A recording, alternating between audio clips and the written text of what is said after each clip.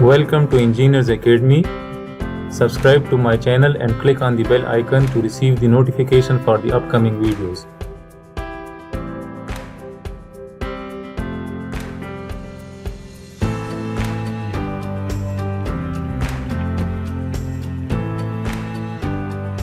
So today we are going to solve some of the problems from Engineering Statics by Meriam. So this is problem 219. So we are going to solve problem 219. So in this problem it is said that determine the resultant R of the two forces shown. So these two forces are shown. This is one force. Let's suppose this is F1 and let's suppose this is F2. So we need to find the resultant of these two forces by using two methods. One method is applying the parallelogram rule or parallelogram law for vector addition, and the another way is that summing scalar components. So we need to find the resultant by using these two methods. So let me draw the free body diagram. So let's suppose if this is the x-axis and let's suppose this is y-axis. So if I draw force F1, so this is force F1 and this is force F2. So if we draw the parallelogram, so how to draw the parallelogram? So I will shift this F2 force here as well. So I will draw F2 parallel to this F2. So this is again F2, and then we will draw F1 as well. So this is F1. Right, and the resultant of these will be the diagonal of this parallelogram. So this is parallelogram law, right? So this is the resultant. Okay, so now we are given that this angle is 60 degrees, right? So this is 60-degree angle. This is given here. This is 60 degrees. And now if we see, if I extend this F1, so this means that if this is F2, if this is F2, so this is also F2. And if we extend this F1, so this means that this angle is also 60 degrees. And if it is the horizontal line, so then this whole angle, this should be 180 degrees, right? So if this is 180 degrees, so then this angle is this angle. This angle is how much? This is 180 minus 60. Let's suppose if this is theta, so then theta is how much? Theta is 180 minus 60 degrees. So this is 120 degrees, right? This is important. So theta is 120 degrees. Now if this is theta and this is the angle between F1 and F2, so this is also theta. This is 120 degrees, right? So now the R, we need to find the magnitude of R. So how to find the magnitude of R? So we will use cosine law. So cosine law says that R square will be equal to the square of these two forces, that is the F1 square plus F2 square minus 2 into F1 into F2 and cos of the included angle between these two forces. So the included angle between these two forces is theta. So remember, this is cosine law.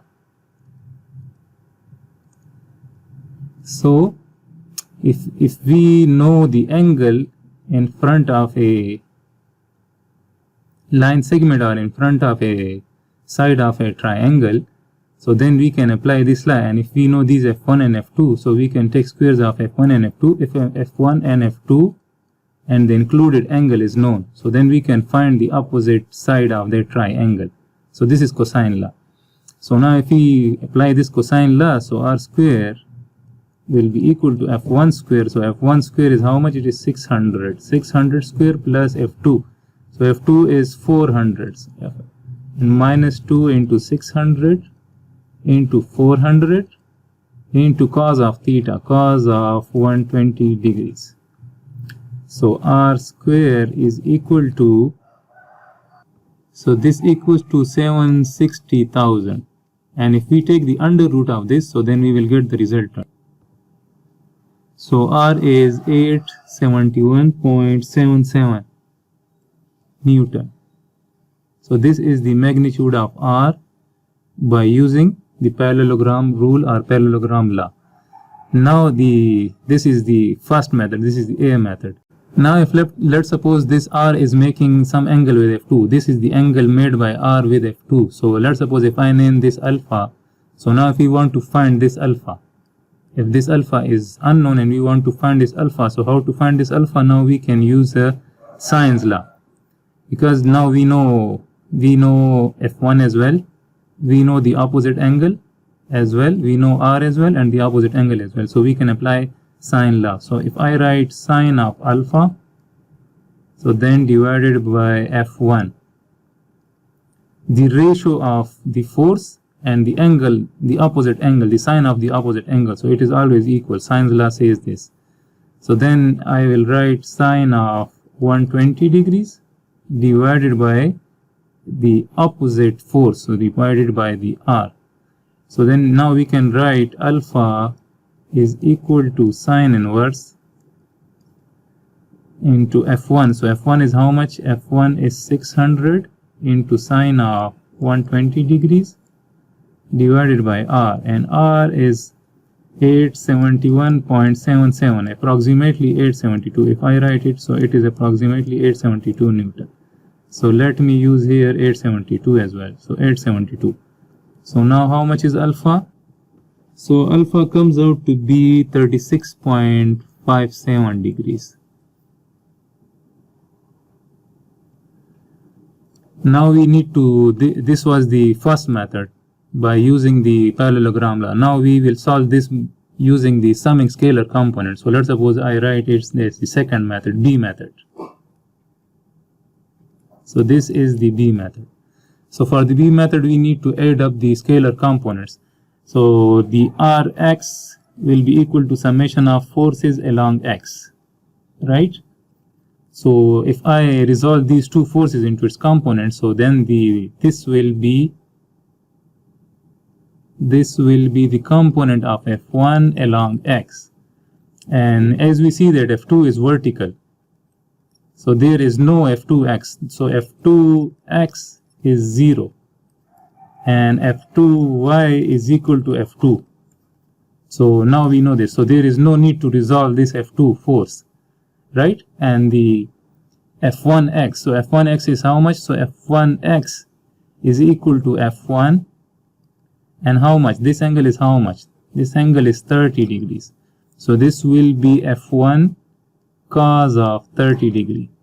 Also, if we want to write this F1 in terms of 60, if we want to solve this F1x in terms of angle, this 60 degree angle, so then we can write F1x, and then this will be F1 sine of 60 degree, remember, right? So then this will be the component.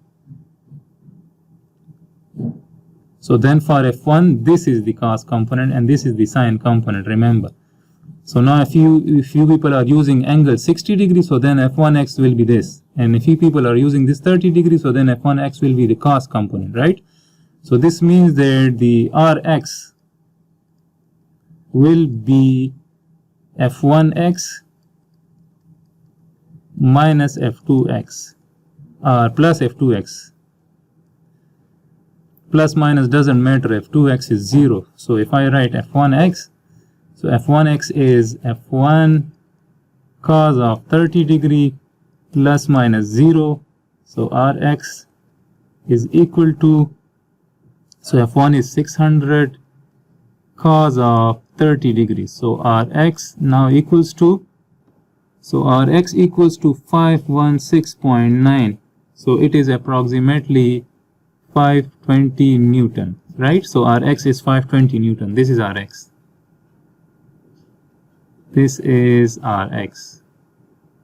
And now we need to solve for the Ry component as well. So if I write, so this will be Ry, and now Ry will be equal to summation of forces along the y direction, right? So now this will be the y component of F1. So this will be F1y, right? And it is in the negative direction. So now what we will do, both the y, F2y is also in the negative direction and F1y is also in the negative direction. So how we will do, we will write minus F1y minus F2y, or F2y is also equal to F2. So we can write only F2 as well. So if I write it like this, Ry minus f1y minus f2. We can write directly f2. So now we will write minus f1y. So f1y is how much? So now this f1y. So this f1y is, if we are using 60 degrees, so then this f1y is how much? This is f1 sine of 60 degrees. So this is f1y. So if I write f1, so f1 is 600 sine of 60 degrees minus f2. And f2 is how much? f2 is 400, right? So this means that Ry will be equal to, so Ry comes out to be minus 700 Newton. So this is Ry, right? This is Rx, this is Ry, and this is the answer, which is correct. And now let's suppose if you want to compare both the results. So if you want to compare, if you want to find the resultant from Rx and Ry, let's compare both the results. So now if you want to compare the results, so if we find the magnitude R from using this Rx and Ry, so then R will be equal to Rx square plus Ry square under the root, right? So now if I insert the value, so Rx is 520 whole square and Ry is minus 700 whole square. So then if I use this, so R comes out to be how much? 872 Newton, which we have already calculated here. So this is the calculated value, and this is confirmed that Rx and Ry, both the components, are accurate. We have determined the Rx and Ry values which are accurate, and if we use this Pythagoras theorem, so then we can find the R using the second method as well. So this is the R. Now if we want to find this alpha, we have found this alpha by using method number 1, and now if we want to confirm that whether this alpha is accurate by using method 2, so now if you want to find this alpha again, so now how to find this alpha? So then let me draw the resultant free body diagram. So let's suppose this is the resultant that we have calculated. This is the x direction, this is the positive x direction, and this is the positive y direction.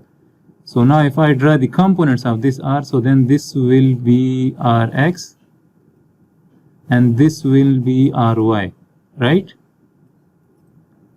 And if you want to find this theta,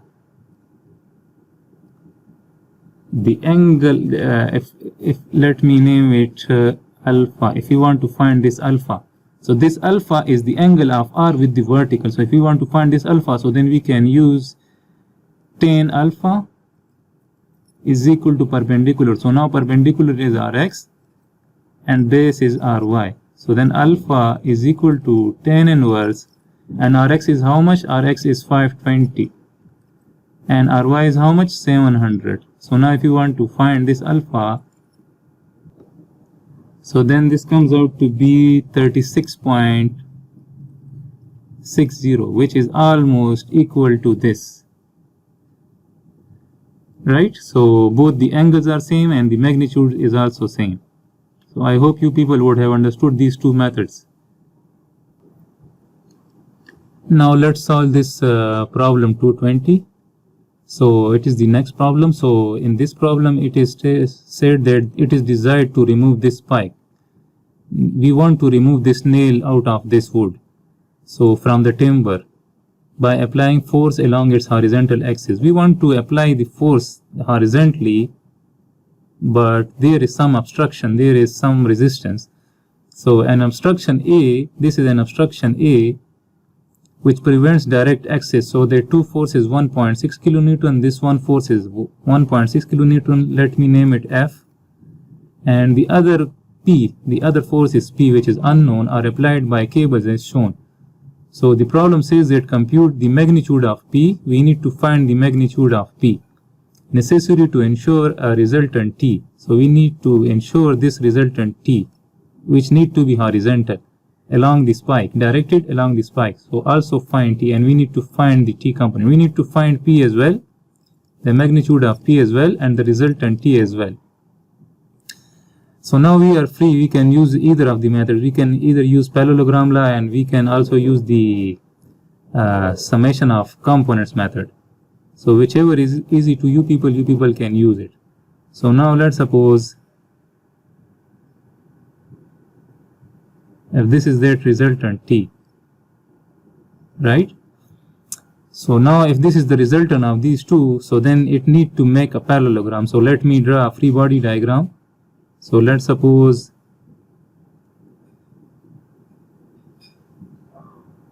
if this is the resultant T, right? So then this will be F, which is 1.6 kilonewton, and then this will be P force, right? And if we complete the parallelogram, so then here it will also be a P force, this will also be P force, and this will be F, right? So now, and we are given these distances, this distance 200 millimeter and this is 100 millimeter. This means that this triangle, if I draw it here,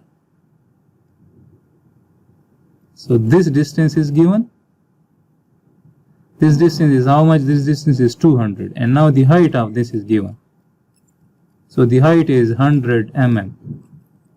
So now we can find theta for this using which formula? Using tan theta. So if I use tan theta,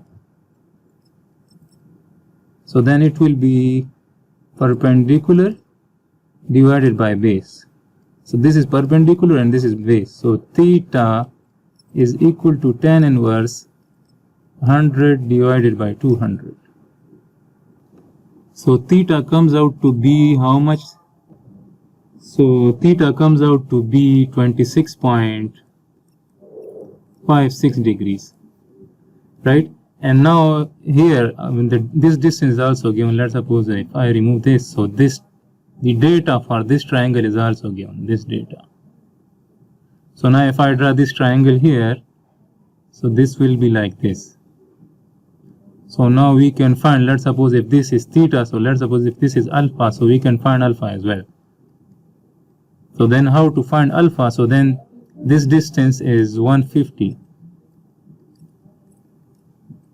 mm, and this is again that same distance, that is 200, right? So now how to find alpha? So we will apply alpha tan inverse, this is perpendicular and the base is 200. So alpha is equal to, so this equals to 36.87 degrees. So this is alpha now. So now we know the angles. So now if we transfer these angles to this diagram, so this is alpha, right? And this is theta.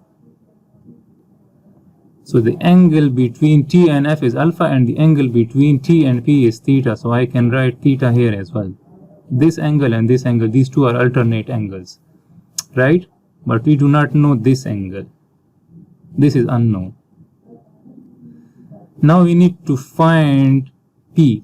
So we know this angle, we know this angle, we know this F as well. This is 1.6 kilonewton. 1.6. So now what we can do, we can use Sines law, right? So now F is known, divided by the opposite angle. So the opposite angle is sine of theta. The opposite angle of F is this sine of theta. And then we want to find P. So P is unknown. This is P. So I will write P divided by sine of alpha. The opposite angle is alpha, right? So then P is equal to F sine of alpha divided by sine of theta. So if I put values, so P will be F. F is how much? F is 1.6 kilonewton multiplied by sine of alpha. Alpha is how much? Alpha is 36.87 divided by sine, here is sine of theta. So theta is 26.56 divided by sine of 36.87. So this comes out to be, so P comes out to be 1.19 Newton. Kilonewton. So this is the value of P. So now we know P. And now we need to find T as well. So for T, we don't know this opposite angle. So then what we will do? How to find T? So this angle is known as well. This is known. If I name it, let's suppose, if I name it beta, so beta is also known. It is not unknown. Why? The summation of alpha plus theta plus beta. These are the three angles of a triangle. So this will always be equal to 180 degrees. So now beta will be equal to 180 degrees minus alpha. So alpha is 36.87 minus theta. So theta is 26.56. So then beta is equal to, so these angles come out to be 116.57 degrees. So now we know beta as well. So if beta is known, so then if this beta is known, this is 116.57. So if this is known, we can find T using Sine's law. So again, applying Sine's law, so then this will be T divided by the sine of the opposite angle of T. So this is beta.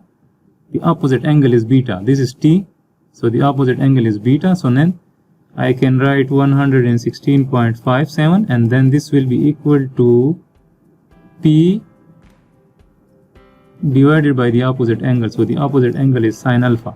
We can also use this as well. We can write F1 divided by sine of theta. All these ratios will be same according to Sine's law. So it's your choice that whether you people want to use these two, this one and this one, or this one and this one. It's your choice. So now I want to use these two. I want to use these two.